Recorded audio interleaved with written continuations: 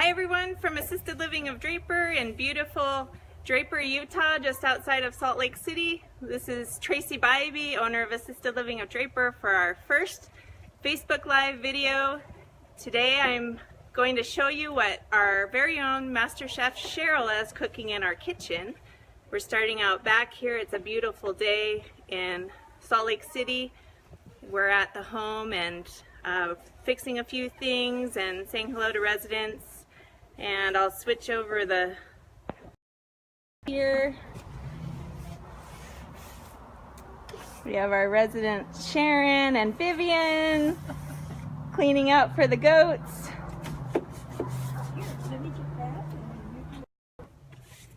So I'll bring you inside now and we're going to see what Chef Cheryl has cooking. She has Thai night planned. Hi Chef Cheryl. Hi Tracy, how are you? Good, how are you? I'm awesome. What do you got cooking for us tonight? Oh, we're going to make some mango sticky rice because we're doing a Thai menu tonight. Oh, that sounds delicious. Some of our residents like Sherry and Sharon absolutely love Thai food, so we're going to give them a little treat tonight. So fantastic. The rice right now. So I love using my pressure cooker for sushi style rice, and that's what we use is a Calrose rice. And we have 3 cups of rice to 4 cups of water in here, and it cooks in 7 minutes, really fast on high pressure. So I love my pressure cooker. I use it all the time. So Instant Pots are the craze right now. And will that rice be used just for tonight's mango sticky rice? It will, it will. And you can see it is sticky rice, and that is where it gets its name. And so whether you're making sushi or sticky rice, this is the way you want to do it. So if this was for sushi, we'd be adding vinegar. But for tonight, because it's a dessert, we're going to be adding this coconut syrup, which I just came together on the stove. It is 2 1/4 cups of coconut milk, 1.5 cups of sugar, and a teaspoon of salt. We add salt into our desserts because salt actually opens up the pores on your taste buds, so you taste the main ingredient more. That's why we add salt to things.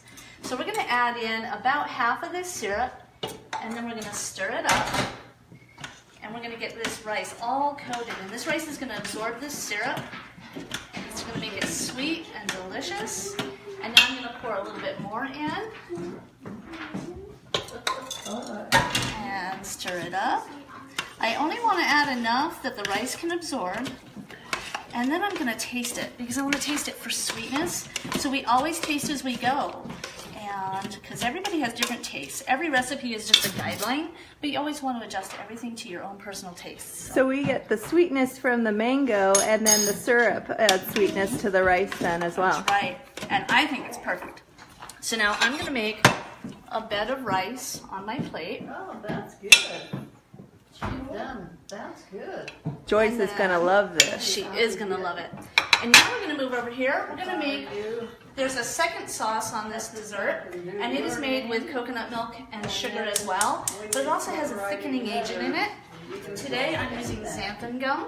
So xanthan is a modified food starch. It's naturally derived from beans. But the one problem with xanthan gum is it tends to clump when we add it to liquid ingredients. So what I'm going to do first is add it to my sugar. And what that's going to do is it's going to prevent it from clumping when I add it to my liquid. These are the pro tips. Yeah. So I have 2 tablespoons of sugar and 2 teaspoons of xanthan gum. And I have a cup of coconut milk in here. And this is going to thicken up really fast. You don't have to bring it to a boil, you just have to cook it until it thickens up. So we call it blooming. When the xanthan gum, all of their little molecules expand with the liquid, we call it blooming. And this will be part of the dessert tonight. It will be part of the dessert tonight. What else do you have on the menu? We are doing a chicken satay. So we've got some chicken marinating in the refrigerator. And then I made a beautiful peanut sauce with lime juice, a little rice vinegar, peanut butter, a little brown sugar. It's just fantastic. So I'm going to let this just sit here on a low heat while we work on the mango. So mangoes are difficult to cut, so I hope you can show us how. They can be, but there's a simple trick. So if you place a mango on the board and it wants to roll to one side, that's usually the flat side. There's a disc-shaped pit in the middle, and it's about like this, and then it's about, 1/4 of an inch thick. So what I like to do is stand my mango up and find the belly button of the mango, And then I use my finger as a guide. So I cut about a finger's width down the center, and that'll give me the spacing on the pit.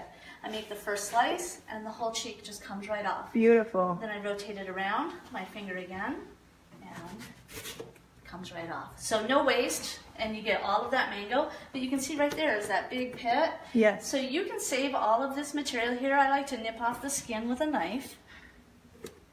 And you can cut all these pieces up. These pieces are great for like smoothies and stuff. So we can take our vanilla Ensure, put it in a blender with some of the mango and make them a nice mango shake. And then they get that extra protein and all that beautiful tropical flavor. So especially yummy for the spring weather, the new hot weather that's coming up. Exactly. Throw a few ice cubes in there or freeze the mango first. Makes it nice and refreshing.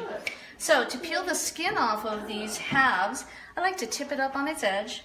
And I start with my knife between the cutting board and the flesh and just get it between that skin. When I get 3/4 of the way through, I flip it over and I finish that cut all the way down. And I'm just going to continue to nip off all of that skin. I do not like to use a potato peeler for this because you would have to peel the whole fruit first and then it would be really slippery. You wouldn't be able to hold on to it. So I do like to take the peel off with my knife. And almost there. Mangoes are ripe and delicious right now. They've been on sale at many of the local grocery stores. I've seen two types. One is the type that you have in your hand now, and smaller, more yellow types. Yellow ones, right. Flavor profile-wise, they're very, very similar. I actually avoid the yellow ones for myself personally because I have an allergy to the yellow ones, but the green ones I can eat, and I really do enjoy them. So we want to make this dessert just as beautiful as it is delicious. So we're going to do what we call a fan cut. So I'm just going to take off those first little nips and put them with the ones that we're going to freeze. And then gliding my knife through, I'm going to make slices every 1/16 of an inch. I use my knuckles as a guide. That's okay.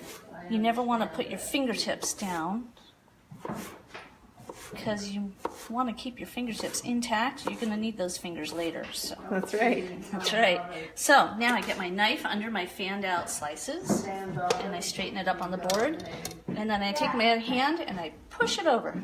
Beautiful. And that's making that gorgeous fan. Beautiful. Now we're going to get under here with our knife and we're going to walk back over to our plate. I'm going to put our mangoes on our rice. And now we're going to walk back this way. We're going to give our syrup. This is a very gelatinous type sauce. In Asian cuisine, they really like that gelatinous texture. And so this really does revere the true, authentic Thai cuisine. And so we'll just give it a little whisk. I'm going to take a spoon and just put some of this sauce right across the top. So it's different than a rice pudding. It's a sweet taste, but with that fresh fruit, Right. different texture. And the most beautiful thing about this is it's gluten-free and lactose-free. So if you have people with special dietary needs, it's a great sweet dessert, inexpensive to make. And then this is the coup de grace. We top it with some sesame seeds. These are toasted sesame seeds. They have a nice nutty flavor, and they really do enhance the flavor of the dish. So there you go, mango sticky rice here at Assisted Living of Draper. Wonderful. Thank you, Chef Cheryl. Thank you, Tracy. See you next time, everyone.